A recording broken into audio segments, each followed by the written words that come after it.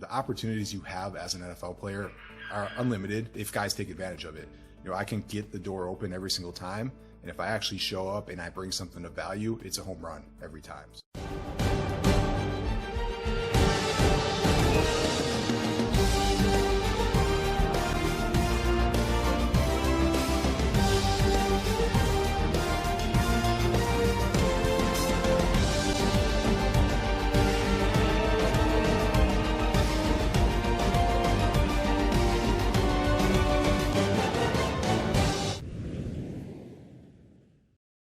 Hi, Chris. Thank you for joining and welcome to the show. Hey, thanks for having me. I am so excited about this. So something really funny, maybe about 2 or 3 years ago, my oldest son was home from college and we were watching something on TV and we saw this man walking around with some boys and a whole bunch of beds and rooms. And what were you watching? Exactly. What was that? And so I started watching this more closely, and I guess it was your family. And you guys shared space, and your dad never had a problem with it. So I have 2 questions. Number 1, how many brothers do you have? And did you guys all really sleep in the same room? Wow. Yeah, so 5 boys, grew up 5 boys. Let me think. So it was a 4-bedroom house. We grew up with bunk beds. Yeah, we were crazy. So anything could have happened at that point. Any sisters? No sisters. 5 boys. I think my mom kept trying. I think my name was supposed to be Christina, but it just didn't work out. So she said after the 3rd, she just stopped making up girl names, and just 2 more boys came. Gosh, your mother, I literally want to hug her and kiss her like 13 times. I have 2 and I would die if I had 5. Yeah, it's intense. I got 3 boys now. I actually have a girl on the way as well. So congratulations. Yeah, so it's about to get crazy over here, but 3's a lot. And my kids are like probably normal size, whereas we weren't really normal size growing up, and I would probably say a lot more aggressive and a little crazier. So yeah, my mom, when I think about it, like it was like more than a full-time job. Plus she did all this without a cell phone, which I think is like the most insane thing ever. Like no technology, no cell phone. Like she used to handwrite on the calendar all of our games and practices. And then, she had to then find a way to call like the neighbor or the coach or like someone else on the team to pick up some of us because she physically couldn't drive all 5 of us to practice every day. So it was kind of like this massive juggling act every single day. That's what I was going to say. Just purely logistically. I mean, just, if one of you guys had to come home early from school because you're sick or practice got canceled, it's literally like, oh my God, what do I do? Because my entire day is crazy. Yeah. And then you had to change all that without being able to email someone or even call them on the phone. Like you got to call them from the house phone. You have a cell phone. You got to figure that out. So yeah, like I always ask my mom, I'm like, how'd you possibly do that? And she was never late. Like she always was on time. She made every meal for us. She cooked breakfast. She packed our lunches for us. We didn't go out to eat because we were so crazy that it wasn't really even possible. Plus, we didn't have any money. So my mom was also clipping coupons and trying to do everything possible. We all passed down all of our clothes. She sewed our socks back together. Like we had socks that were sewn from the older brother. And then even like the sweatpants, like we put huge holes in the sweatpants playing, mini sticks in the basement was a game we played where you run around basically on your knees and sew them back up. And the next bro got the same pair of sweatpants. That's fabulous. I mean, literally, this is the greatest thing because, you get to talk to athletes like you and then really hear how it was growing up. Like, it's the best thing ever. And I hope you get your mom so many incredible presents, like, all year round. Yeah, it's unbelievable what she did for us. And it is. You just realize it more and more every year as you get older. It just becomes more impressive as you have kids yourself, and you really appreciate everything your parents did for you. So tell me about how much fighting was there, like real fighting, like as you guys got through middle school and high school and you guys are pissed and competitive and everything else. Like how many times did mom or dad have to like get in between you guys? Yes, it was a pretty good rule in the house. If you had a problem with someone, we were allowed to fight each other as long as we didn't punch each other in the face or punch each other below the waist was kind of the rule. So my dad actually made up a game. We called it Zoom Zoom, where you take the pillows off the couch and you hold them in front of them, or you like put it and tuck it in your shirt if you could fit it. And then you just run full speed at each other until you knock the guy on the ground, and then we'd all dogpile on each other and just go crazy. But it was a great way to get our aggression out and not hurt each other either. So that was kind of the rules. It was like, hey, you guys want to brawl? Like, go brawl. Just don't punch each other in the face and get the energy out, and we're good to go. So every day ended in a fight. That's so funny. Wow. Every day ended in a fight. You're like, no, Stephynie, it wasn't like 5 or 6 times. It was really every single day. Every day. Like, if you beat your bro in something, he'd be pissed and you get in a fight. And if you lost, you'd be pissed, you get in a fight. So it didn't matter. At some point in the day, you were fighting one of your brothers. Gosh, that's amazing. I'm just very thankful that I have 2 and they're far enough apart that they aren't punching each other yet. I'm waiting for the day. I'm just waiting for the day. It will come. So you weren't drafted in 2010, but you still made it into the league. Literally just hard work and perseverance. A team that doesn't really have a rich history of keeping undrafted rookies, and you stayed. What got you there and what kept you there? Yeah, that's great question. So a couple things, I think. First one was the fact that I actually got roomed with one of my college roommates. And so ended up being undrafted. He was also undrafted. His name was Phil Costa. We kind of made this pact on day one, like, hey, man, we're going to do everything we can to make this team. So having someone as an accountability partner that's going through it with you is huge. We both ended up making the roster that year. He went on and played another 3 or 4 years with the Cowboys, ended up leaving the game because of injuries. But the second thing that really pushed me was just I really had this mentality that I couldn't, there was no option for me to fail because my 3 other brothers, including my younger brother, had just been drafted. They all drafted. I was the only one in the family that hadn't been drafted yet. So to me, it was like, hey, I don't want to hear about this for the rest of my life. Like, hey, what happened to you? Why were you the only brother that didn't make it? So I had this mindset that there was no option for me to fail. So everything I did that summer to get ready for it, was all out. I was doing everything I possibly could to make that team. There was no breaks. Food, training, everything was all out every single day. And I was by far in the best shape I've ever been in my life, and really wanted to set myself up for the best opportunity I could to make that team. Wow. So tell me about your mindset. Like, we always talk about, one of the biggest things we always talk about with athletes is their physical regime. Like, what's their routine, their morning routine, their afternoon routine, their workouts, their trainings, just their team routine. But what's your mindset when you're going through this? Because like you said, all your brothers are drafted and you're like kind of hanging out going, this sucks. Yeah. I mean, at first for me, I would say like, you got to build your confidence up. I was undrafted, never thought I should be there. I was told it was a 1 in a million shot from day one, from when I was little, and I wasn't even the best in my own family. I wasn't even the second best in my own family. So it always kind of felt like I wasn't supposed to be there. So I had to really you have to put the work in all day, every single day. And if you do, and you do, and you do it to the best of your ability, you start building that confidence up. And all of a sudden, you're competing with the guys that were drafted, second round, and you're beating them in sprints, you're beating them in the weight room, and that confidence starts to build up. So that's when the mindset starts to change as well. And it goes from, hey, I'm not supposed to be here, to, hey, yeah, I should be here. I put the work in. Why should I not be on this team? So that's when my mindset changed. And that's how I did it, was just showing up each and every day and putting that work in. And only that you put in your max effort is what it comes down to. So if you don't, you're never going to build to that level. But if you do, you're going to get that confidence, and confidence is a huge game changer. But once you have it, the swag, everything comes with it, and you start performing. So I think that's when things changed, was probably halfway through that summer when I realized that I could compete at the same level as the guys that were in my draft class that went, first, second, third round.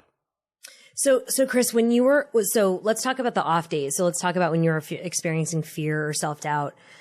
Because obviously every single person feels like that, especially when you're performing at the level that you're at. When you felt it, whatever it was, whatever that self-doubt was, whatever that fear was, when you felt it, what did you do to kind of get through it?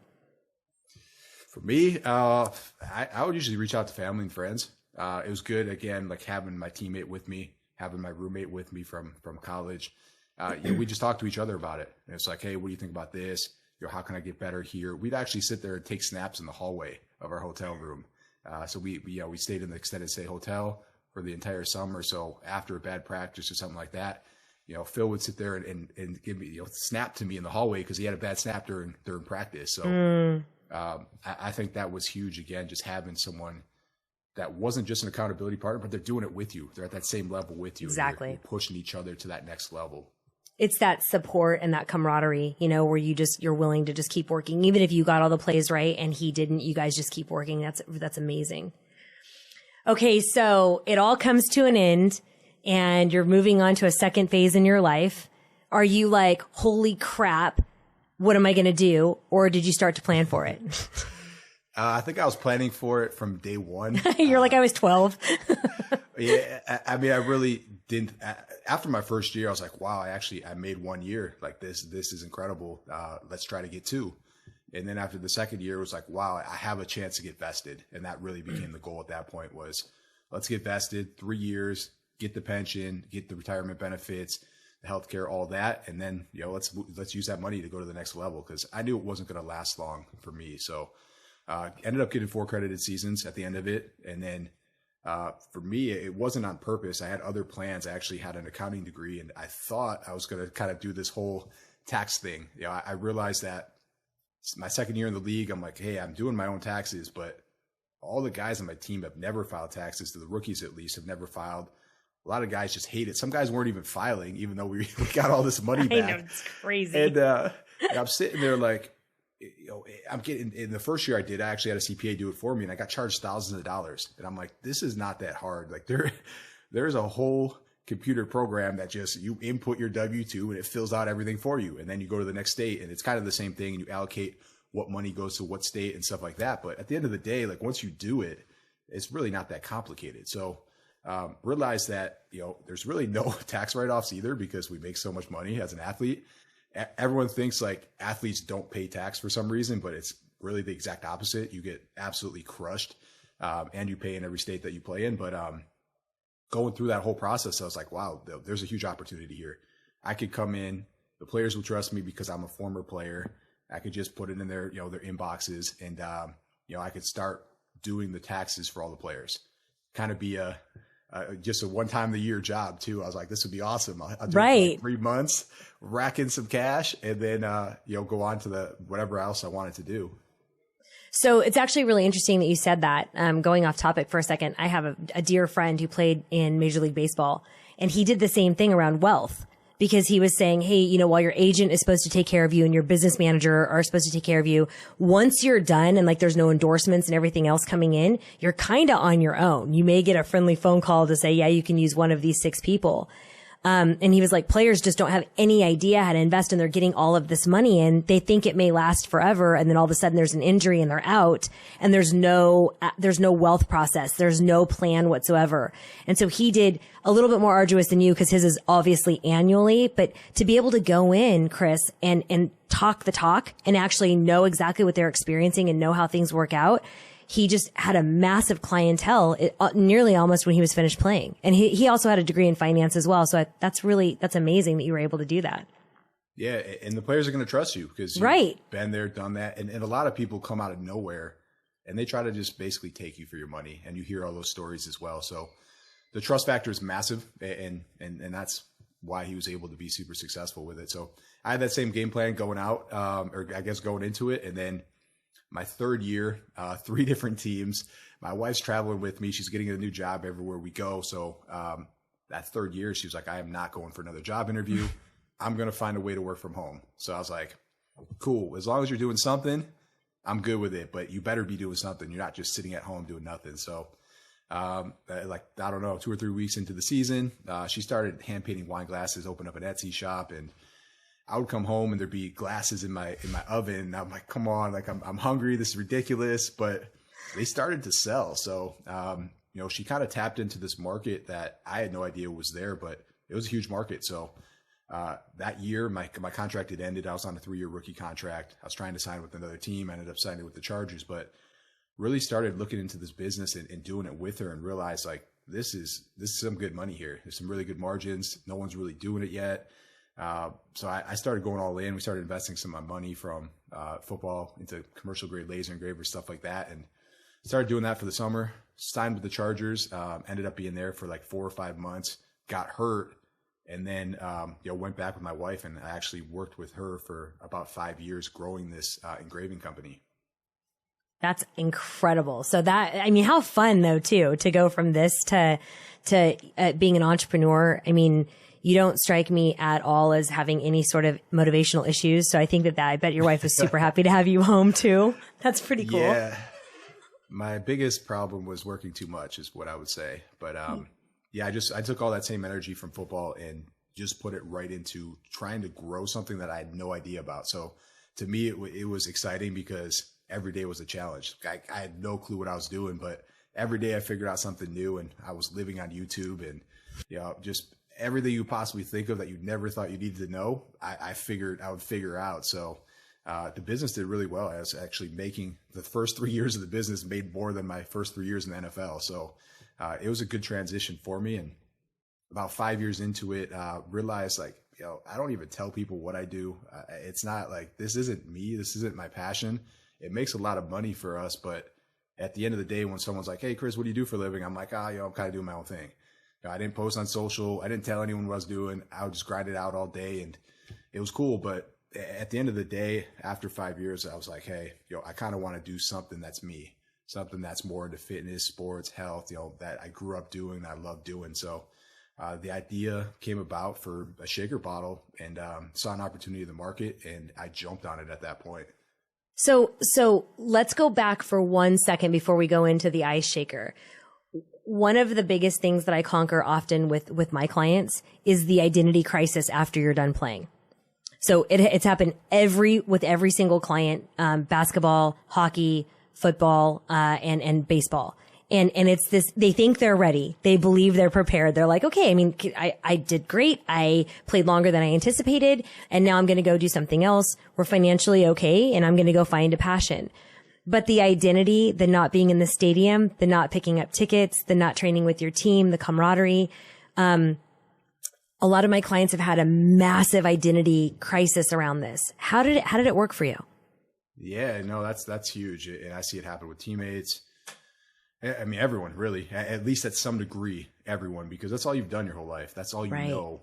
That's what people know you as. And all of a sudden, you're not doing that anymore. So that's, again, going back to I told no one what I was doing because that wasn't me. Like, my identity was still being an athlete and, working out, going to the gym, stuff like that. So when people asked, I just didn't tell them. So for me, in the way I kind of avoided it was I just kept busy. I stayed busy the whole time. So I never really thought about, going back or, let's try one more time or anything like that, because I was all in with the business. I also tore my hamstring in a tryout when I was trying to come back. So I had a high ankle sprain in camp, took an injury settlement, tried to come back, went to a tryout in Miami, and third step into it, I ruptured my hamstring. So at that point, it was either have surgery and get it repaired or just walk away from the game. Let it scar down. It's missing. It's not there anymore. But I could do everything. I can't sit there and do hamstring curls all day, but I could go play basketball and all that. And as long as I'm not a professional athlete anymore, it doesn't really matter that much. So it was kind of a blessing in disguise for me, because it was like, hey, you're good. Like, let's go on to the next stage in life. You're not having surgery again. Like, let's just move on. So for me, I was ready at that point. And then it was kind of one of those things like, now you can't go back. Like, there's no option. So it was out of my mind completely. So I didn't sit there and think about it. I didn't have to worry about like, oh, what if I just went one more year? I could have, won a Super Bowl or something like that, because there was no chance anymore for me. You're like, so I left Stephynie and I was an engraver and I changed my last name and everything was good from there on. You're like, solid. So I consider it pretty lucky, because I had something to do right from day one, which was the business. And I physically couldn't go back because of the injury. So to me, so it was set. There's no chance. Like, there was no what ifs or anything like that. It was, hey, that stage of your life is over.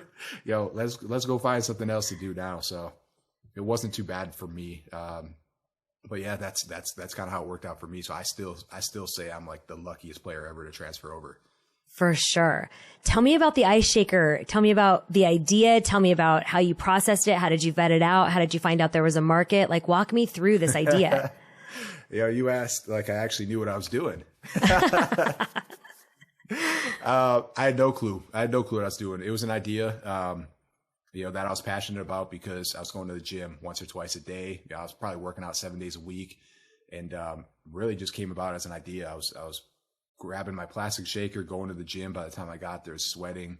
I had to take a sip of it. It was warm. It smelled terrible. And Yeti was kind of blowing up at that time. There was cool insulated bottles out there, but there was nothing that you could actually blend or mix powders with. So at that point, I was like, wow, there's a great opportunity here. I can't believe no one's done it. I figured I'd just jump on Amazon and find one, but there really, at that point, was just nothing like it. So took the simplest idea ever, basically took a cup, an insulated cup, and put a shaker top on it. And that was it. And thought it would be super easy. Thought I would just be like, oh, cool. Now I'll post on, Twitter, because that was really the only really the only social media at the time for athletes. So that was the only place I had somewhat of a following. I was like, man, I have like 1% of people buy it because it's so sweet. Yeah, I'm going to be raking. And was completely oblivious to the fact that building a brand and a product is a lot harder than a couple social media posts. So created the product. We had suppliers we were already working with my wife's business. So asked some of them to create the first mock-ups, got the product in hand. It probably took about 6 months. That was a process that I definitely didn't do the right way either. I kind of just told them like, just make this, and my quality control sucks. So the first 10,000 bottles that came, half of them leaked. So I actually had to take every single lid off. I was in this room actually I'm in now, and we had to replace every lid because we couldn't tell which ones leaked and which ones didn't. So we had to replace every single one of them, throw 10,000 lids in the garbage, and and hand shake them off and replace the first 10,000 bottles we sent out. So it was mayhem, but I was super passionate about it, and I was like, I thought it was the coolest idea ever. So I just kept going, just kept grinding it out. I just see you sitting like Indian style in your little room, going like this with all the little things, you're just like, what's everywhere. Going on? It was 10,000 bottles like in the upstairs of my house, which that's a lot of weight. So I'm like, I don't even know if this is going to support it up here. Oh my God. And there's just lids everywhere. And I had like probably the strongest forearms ever because twisting these lids off all day, every day for hours at a time was a pretty good workout. And your wife is like, and you were complaining about glasses in the oven. Meanwhile, I have, I'm stacked in a mountain with my husband there. Tell me about Shark Tank. What happened, and how did you pitch that, and what happened? Yeah, so we were I was about 6 months into it when I actually got on the show, but I guess leading up to that, I kind of had a whole game plan. I had this email, 2012, I was with the Broncos. Drew Rosenhaus, my agent at the time, sends it out to everyone that's one of it that's on his roster, and it just says, "Hey, ABC Shark Tank is looking for any current or former NFL players that might want to come on the show." So me thinking it was the coolest show ever, I'd watch it all the time. I started and was like, one day I'm going to write back to this email and I'm going to have something really cool for them. So flash forward, it was like 2000, I guess it was 2016. So it was like 4.5 years later. I hit back this email that I had, and the girl was just like, "I don't work there anymore, but let me see if I can help you out." So she actually did a great job. It was like within like 20 minutes, she found the girl that does work there, and she hit me back and was like, "Hey, just submit a video. We need a video submission out of you. This is what we want to see. We need to know about the product, and they listed a bunch of things they wanted to see in it too." So at that time, I was like, well, this is kind of like my one shot. I got to make this good. So made this super entertaining video. I'm in the gym, like ripping my shirt off, the flash into like touchdown passes that I had while in my playing days. And, I had Rob join it too. I'm like, "Rob, you got to get in on this video, man. Let's do this." So, sent that over to him, and, you send it via YouTube as like an unlisted video. So you could see when they actually watch it. So about 5 days later, I saw like 5 views on it, and I'm like, all right, here we go. It's game time. And they hit me back and they were like, "That video was awesome. Like that was perfect. We'd like to move forward with you at this point." And then that was like, "Hey, there's still 40,000 submissions. So you got to get through, we're going to break it down all the way down to like 100 people. So if you make it all the way through in the next couple of months, we'll have you on the show." So it was quite the process. But, wow. That is a huge process. About 3 months going back and forth, due diligence. Like they want to make sure you're legit and you don't have anything on your record or anything like that. So unfortunately, the state of Indiana somehow had said that I never e-filed because, my CPA wasn't as good as me at filing. And there was something on there that said I had a lien from the state of Indiana. So they were saying I couldn't go on the show. After probably about a week of calling the state of Indiana, we finally got on, and they were like, "Oh, hey, sorry. Yeah, you did e-file. We're not sure what happened. We'll get it off your record." So you're like, when are you getting it off my record? then actually they said that, we hung up, and then Shark Tank was like, "Hey, we need it on paper. Even though it's off your record, like, we need it." So my CPA had to call back and sit on the phone for like it was like a 24 hours. He had to sit on the phone to get them to answer. So that was quite interesting. But it just shows you all the work they do in due diligence to get people on the show. They're not just going to put anyone up there, and it's quite the process to actually get to the day of the show. And then even if you get there, sometimes you still don't record, which is pretty crazy. And then even when you record, a lot of times you don't air still. So you finally make it all the way there. 70% of them air, 30% don't, just depending on how well the shows go before you or after you or whatever it is. And it's quite the process. It's a process for sure. So, so I heard that the Shark Tank deal took your sales to 20x after it aired. Is that true? Yeah. So I guess the number that we were at before we got on the show was about 80,000 in the first 6 months. After we aired, we got up to about 3 million in the next 12 months. So, but yeah, a lot of it, like right after the show, that first week it's just mayhem, absolute mayhem. And it's not just one day. It actually kind of spreads out now to 1 week, and then really into a month. And then we went right into the holiday season as well, because we aired in October. So it went October, right into November, right into Christmas, and then right into New Year's resolution. And then in February, I was finally like, wow, what a ride. And it all just kind of died at that point. And I was like, well, what do we do next? So, okay, so that's crazy. So 20x, and then it dies. So Chris, when you're doing this, are you thinking about more products and more products and more products? Or are you just really thinking about the ice shaker? Yeah. So at that time, the good thing is that we only had one bottle, one size, one color. That was it. So we had one SKU and when we actually aired. So, because of that reason, it was super easy to pack and manage it. Because right now I have over 100 SKUs, and if we went on there now, it would have just been mayhem. That would have never been able to fulfill all the orders like we were able to back then. We actually prepackaged everything in like boxes of 1, 2, 3, 4, up to 6, just to get ready for the show. So all we had to do was slap labels on at that point, bulk print, slap labels on. We were good to go. But yeah, at that point, what we did was we took the money from the Sharks, took the money from all the sales that was coming in, and just started to build out SKUs. So within the first year, we had 64 different SKUs. And then within 2 years, we had over 100 different SKUs. So all the money went back into the business. I lived off my wife's money and business for about 2.5 years. I never took a penny back, never got paid. I actually invested a lot of my own money into it as well. And we were making money since day one, but we wanted to grow. We wanted to grow as fast as we could. So every penny went back into the company. I paid employees and all that, but me personally, I didn't get a penny back until 2.5 years later. So who'd you end up doing the deal with? What shark? I ended up closing with Mark Cuban and Alex Rodriguez. Wow. Okay. And did they ask you to change anything? Did they like it as it was? What was the grilling process for them? Yeah. So, some of the sharks, excluding Mark and Alex, wanted to change the name of the product. So they wanted to call it the Gronk Shaker. They thought there's a lot of value there. I was actually surprised by this because, to me, as them being marketing experts, it limits your audience to people that are actually fans of the family and the brand. And it's very hard for a Jets fan or a Miami Dolphins fan or a Bills fan to buy a Gronk Shaker. So I'm pretty much excluding a whole audience base just because of the name of the product. And I knew it would get a bunch of reviews, and like the product would ride waves based on the name if I called it that. So I remember Mr. Wonderful's first comment was, "Hey, I'll invest this amount of money, but we're going to burn all your current stock that says Ice Shaker on it." And I was like, there's no way that's happening. So they didn't ask me. So Mark and Alex, they just asked me to switch to a C Corp. It's a lot friendlier for investing. They don't want the phantom income.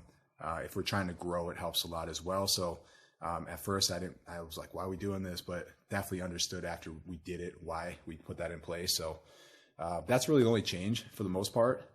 that they made me do. And then what we did instead of changing the name was we just came out with a custom limited edition Gronk shaker instead.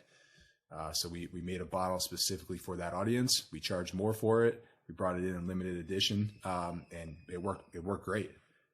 There wasn't as many people as you would have thought, because every comment after the show to me was like, "You're an idiot. Why don't you change the name?" So I just get blasted all day on social, like calling me an idiot for not changing the name. And then you're like, "I can't deal with you right now. I'm busy changing lids on bottles. Okay, I'll get back to you." You're like, "No." Those were gone by then. But yeah, I got trolled for like probably a year about not changing the name. And then we came out the limited edition instead, and it was all cool after that. So everything worked out. I'm glad I didn't change the name, because there was also a lot of people that when we came out with the limited edition were like, "What makes the Gronk shaker better than the rest of them?" And I was like, "Well, it's the same bottle. It just says Gronk shaker on it." So I had a lot of those questions too, because I mean, not everyone's a sports fan, so it's not gonna help if people don't know, and actually ended up causing a lot more questions and a lot of phone calls as well for people that didn't know what the Gronk shaker was. So pretty funny that they thought that was like the end all if I didn't change the name. So Chris, you 3 kids, another one on the way. What are their ages? Probably hear some of them now. So I know. That's why I like just switched. I was like, okay, let's do this. How old are they? So the oldest just turned 5. Second oldest is 3, and then 1, and then newborn coming in June. So congratulations. 4 at the age of 5. Yeah. Your wife is a trooper. Hey, I was good with 2. I was good with 3. She wanted to keep going, so she wanted the girl. Wasn't me pushing for it. So you have the ice shaker. You have multiple ventures with your brother. You have a fitness business. You have 3 kids, 1 on the way. You're incredibly busy. You're incredibly gracious with your time. How do you keep it all together? Well, that's one of the secrets. It actually took me a while to figure this out and really put it in place. But as an athlete, you think like, hey, I've been in these amazing teams, organizations. That's just going to transfer over after, right? But it wasn't the case at all. I was super competitive when I started this company, and even my wife's company was the same way. I would be working all day, every day. I felt like it was mine. I felt like I had to do it. I felt like no one else could do it as good as I could. So we didn't hire for a long time. I would just work out of my own house with my wife, laser engraving out of the house for like 12 hours a day. And I wake up and do the same thing. And all weekend, Saturday, Sunday, everything. So what's really helped, it's kind of forced me once I had kids, was to build a team and to take that same structure that I saw in the NFL and incorporate it into business. And it's the greatest thing that ever happened, because now I have that locker room feel back. It feels like I'm a part of a team again, and I want everyone to feel like that. So, we found different ways to really make everyone feel like they're a part of the team as well. And they all have a say, they're now, and how the structure works now is, I'm now the coach. I'm not the player anymore. We have assistant coaches, we have players, and we find ways to really make everyone a part of the team. So, ever since the pandemic hit, I had to figure that out. And once I implemented it, I was like, this is the greatest thing ever. I was so worn down before. I mean, it was ridiculous. Like, you'd look at me and be like, "Dude, are you all right?" I'm like, "Yeah, I'm good. Let me just take one more energy drink real quick," because I couldn't even keep my eyes open. So, and that's how it was before. And now it's like, everyone plays their role. And what I didn't understand was, I felt like I was doing them a disservice. Like, hey, can you do this for me? And I felt bad about it, because I felt like that was something I should be doing. Yeah. And then once I did it, my team was like, "Yeah, thanks, man. Like, I love doing this. I love being a part of it. I feel like I'm a part of the team now." And I'm like, wow, I guess I never even looked at it like that. But I wasn't giving anyone responsibility. So they felt like, they didn't know what to do. They felt like they weren't a part of it. And once I did, and I delegated that responsibility, they're like, "Yo, let's do this together. Now we're a team. Let's crush it together." So anyone listening that's kind of in that spot where I am, that is super competitive and feels like you could do it better than everyone else. Maybe you can at first, but once you grow and you want to scale and get to that next level, you have to have a team. You have to have people that you can count on. That's one of the things that Dave Meltzer and I talk about like all the time. Because you feel like for me, this is my 3rd company I founded. And I always felt like, well, I did all the research. I did all the vetting. I started it foundationally. But just like you, I have 4 kids. I was exhausted all of the time. Was I really the best one to do the job? Like, was I really?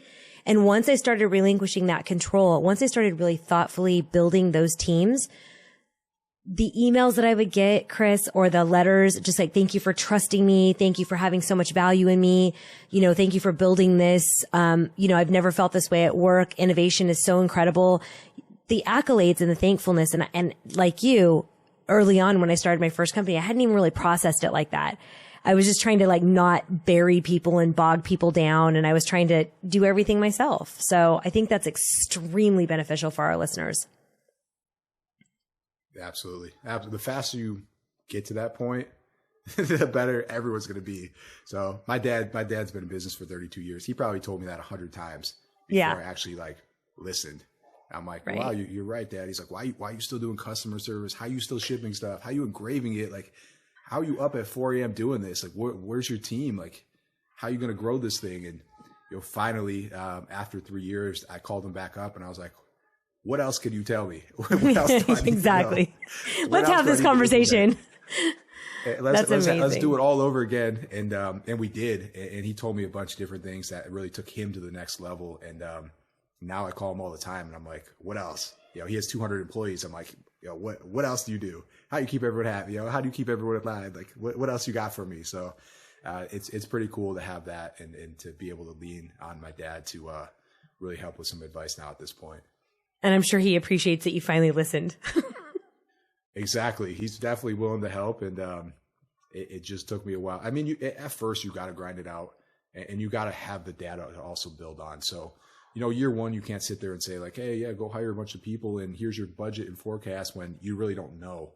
So there is a point where you do have to grind it out. But then there's a point where you also need to listen and take advice from someone who's been there, done that, and knows how to do it the right way. So I waited too long is what it came down to. Like I should have took that advice probably year 2, maybe year like 2.5, instead of waiting till, I was absolutely buried and was forced to take that advice.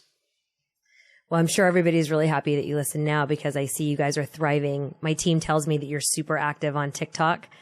How important is it being on TikTok, the brand, the building awareness, the sales? Talk to me about what your strategy is. Yeah. So, again, wasn't a strategy I had at first, but, I got challenged. I had a podcast. I had a kid come on. He was an expert on TikTok. He was actually a college dropout. And, he was like, man, I have like 600,000 followers. I reach millions of people every week. And I have nothing to really tell them, like you do. You have these cool stories, all this behind the scenes. Why don't you just go on there and tell some stories, like tell people some stuff that they would find interesting that only you know. So I did for 30 days and I grew 350,000 followers and reached about 50 million people in those 30 days. So it was the greatest challenge that ever happened to me. Oh my God. Because it then showed me the power of social media and really showed me how to do it the right way. Lead with value, become an expert in the field that you're good at, that you're passionate about. And then after that, now you have the trust of your audience. You can ask them for favors if you need them. I don't ever really directly sell, but if I ever need help, or I get the opportunity to put my product in front of people, I do. And what happened with that is, I built value, and then people wanted to know more about my life. So they would start asking organically, hey, Chris, what do you do now? What is Ice Shaker? What was Shark Tank like? And it just gave me opportunities to go right into talking about the business instead of me coming out and just saying, hey, buy this. It was now, hey, this is why I did this. I'm answering your questions because you guys are interested in what I do now. And just super, super organic way to build an audience where people are going to buy. They're going to automatically buy because you took so much time to help answer their questions and bring them value. Well, and it's also, like you said, authenticity and vulnerability and just being organic and being honest. And people connect so deeply to that. And I think that that's absolutely incredible. Tell me about your biggest entrepreneurial mistake. Ooh, biggest mistake. Pretty much my first 3 years in business. You're like, Stephynie, did you not hear about the lids? that was right off the bat. Definitely. First off, just hiring and bringing a team on was big. I would say my biggest mistake also early on is who you hire. What you do is, and what I did at least is, you go right for family and friends. You don't go for the person that's the best qualified or the most qualified, and you're scared to bring on anyone else because you don't trust people with your business at first. So I would say that's a mistake all day, every day. I mean, you might have some family members and friends that are qualified, but you got to vet them out, and you got to put them against other people and really figure out if they are the best qualified for that position. If they are, awesome. But also separate, business from family, and make sure that there's a clear distinction there that, hey, you're here for this job. You're the same as every other employee here. And, you're not just going to go home early or, kind of get special treatment because of your family. So I think that was the conversation. You had to have that conversation with Rob. Yeah, he got fired the first day. You're like, you're out of here. Yeah, we had him come in, and we actually made a video about it. Obviously it was just for fun, but we fired him after one day. He was a terrible employee. Bad attitude. But, really needed to work it out. He just kept spiking all the bottles, and we couldn't have dents in every single bottle, so we had to fire him that day. That's hysterical. Okay, who's your favorite brother? Oh gosh. I mean, growing up, I was the closest. You're always kind of like the closest with the ones that are closest to you. Mm-hmm. So my brother Dan was the first one that got a football scholarship. I always looked up to him. He was an absolute beast in high school, 6'5", 230. Wow. So yeah, he was a monster. He's the one who started football for us because he was basically forced to play at that point. So super close to Dan. He went off to college, actually went to college with him. And then I transferred to Arizona, and then Rob ended up coming to Arizona. So, and now the youngest brother, Glenn, lives here in Texas, and we do a lot together. So we're really all, I mean, it's hard to pick which one's the favorite. The oldest brother, Gordy, I talk to all the time. I just got off the phone with him. He's still partying, living his life up. So I kind of live through him now. Now that I can't really go out and party like he does. So it's fun. What's cool about what we got going on is that we all work in the sports and fitness, kind of arena, but we don't work together, so we're not on top of each other. We're not in the same business. My brother Gordy works for my dad's business, but he's, the New England rep. My brother Dan does some marketing for them. So, they're not talking to each other every day. They're not on top of each other. I'm doing my own thing. Glenn's doing his own thing, but we all help each other out. So we're on calls almost every day saying like, hey bro, what do you got here in this industry or this person or something like that? And we're all connecting because we're all in health and fitness in some way, shape or form. So we're always doing stuff together, but we're not managing each other, which is awesome.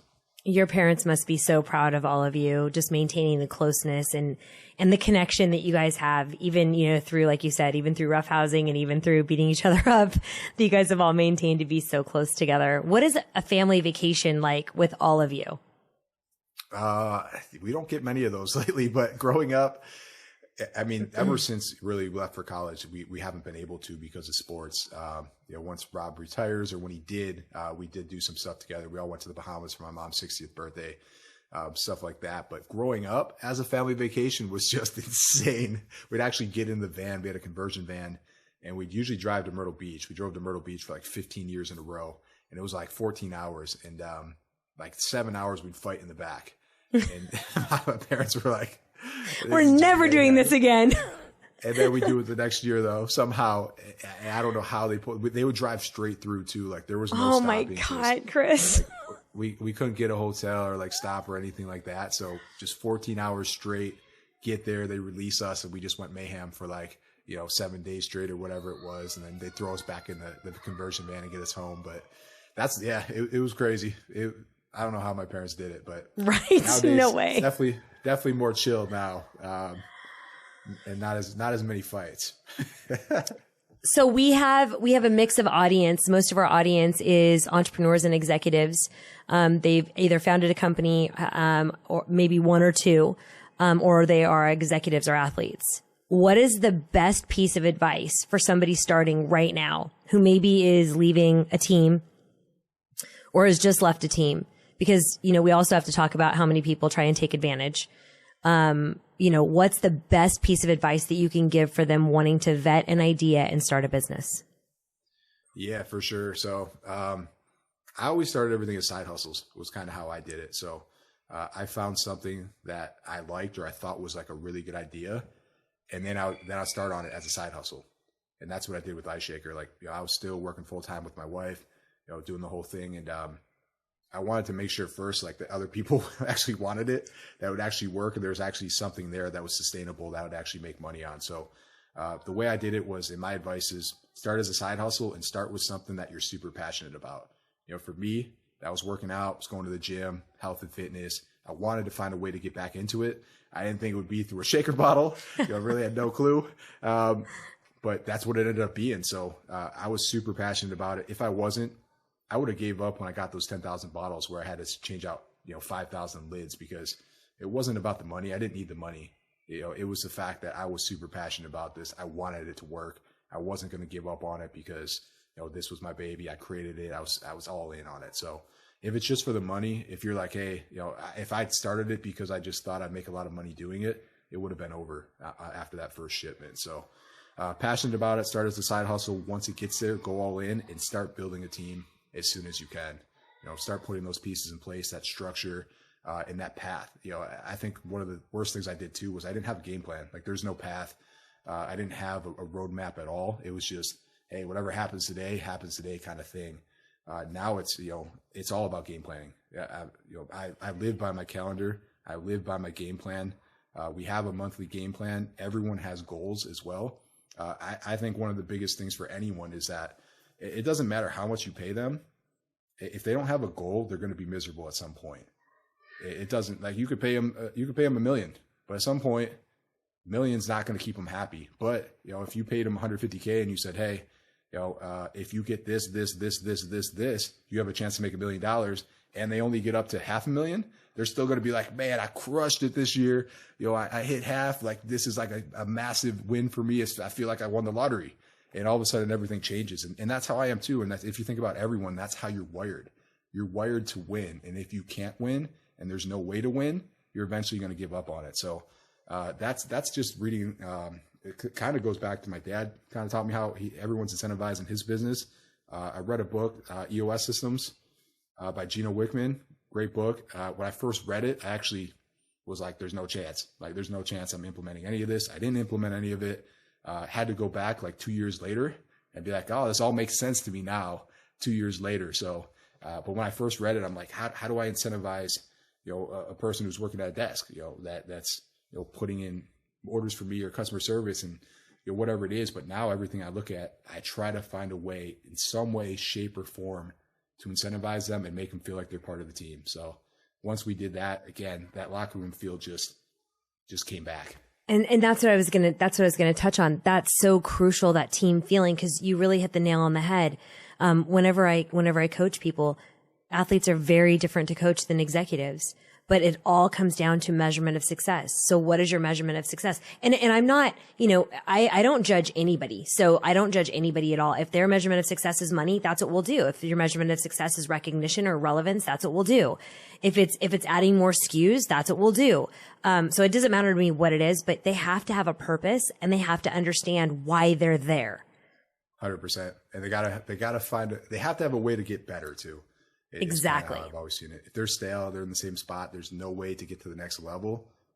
A lot of people are just going to, they're going to give up at some point.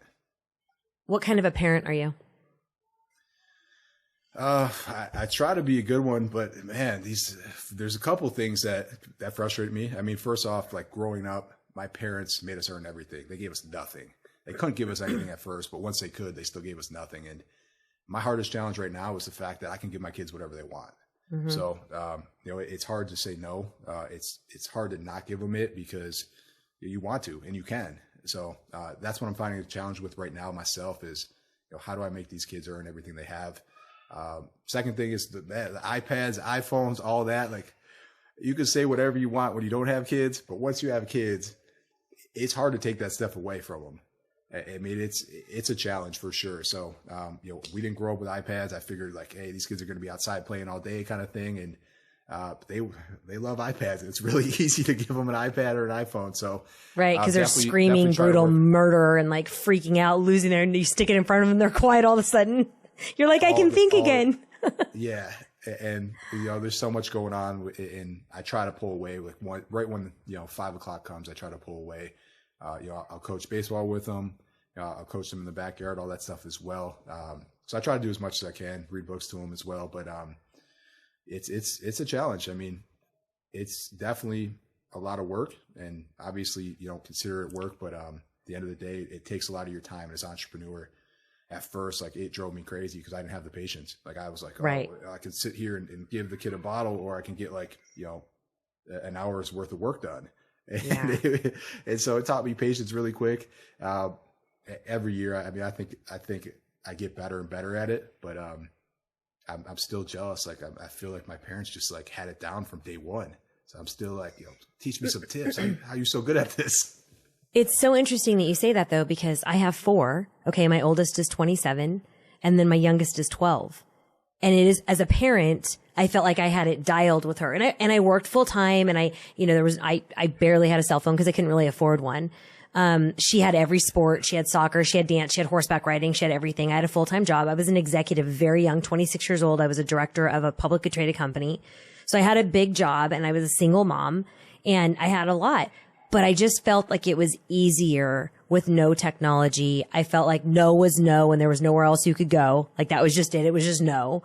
And I feel like the constant stimulation for them is really difficult. It's difficult for them, and it's difficult for me. So I completely agree with you. And if you just said right now that, it shouldn't be work, you just wait till that little girl comes, and I want to talk to you about, you not buying things for her. You can come back on in about another year. Yeah, no, I'm cool with the girl stuff. It's the boys. I already know that's, especially because it's the youngest too. So you're done. There's no chance. Like, she's getting whatever she wants, but the boys, that's a different story. Amazing. So, Chris, our time is coming to a close. I wanted to tell you, I wanted to ask one more question from you. You know that our whole entire show is based on obstacles into opportunities. What is the biggest obstacle that you've been able to turn into an opportunity?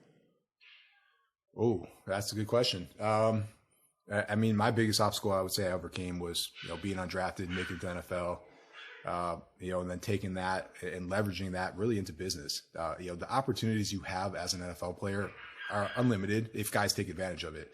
I can get the door open every single time.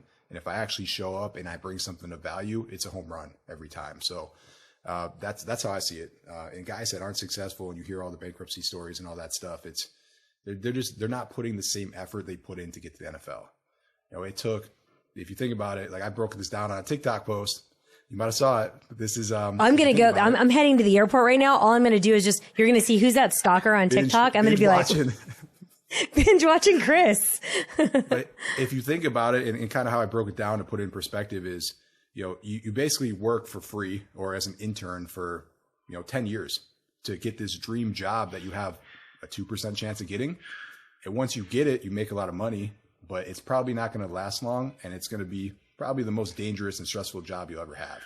And then at the end of it, I'm like, yeah, that's the life of a football player. And everyone's like, what? Like, oh, I thought you were talking about something else. Like, I'm like, no, like, think about it. So then take that same type of effort and put it into business, and you're going to be successful. So, guys just don't want to do it. They don't want to start over. They don't want to put that same effort in. They feel entitled. They don't want to make $50,000 to start with after they're making, $100K a week. So it's hard to start over. And it makes sense. And, that's really where it comes from. So put that same effort in. You're going to be successful. You're going to overcome all the obstacles in your way, and you're starting over again, which, it's part of life at this point. And you see a lot of guys that take that same mentality, and they're super successful in business as well. Chris, thank you so much for all of your time. It has been so fun and so valuable to hear from you and hear kind of your process and how you took your career to the next level. It's been just so fascinating, and I know our listeners will love it. How do people follow you and find you and stalk you and all of those really good, wonderful things? For sure. No, ask me questions is what I love. So check me out on social media. I answer a lot of the Q&As. If you just write it in my comments, I try to at least answer a couple a week, usually one a day when I'm in my groove, but been out of my groove for a little bit. I got to get back in it. But at Chris Gronkowski, Instagram, TikTok are definitely the two I use the most, but you can find me on LinkedIn, Twitter, really on everywhere. And then check out the business, iShaker. It's iShaker.com, and follow us at iShaker. I appreciate it. Thank you so much. Absolutely. Thank you so much.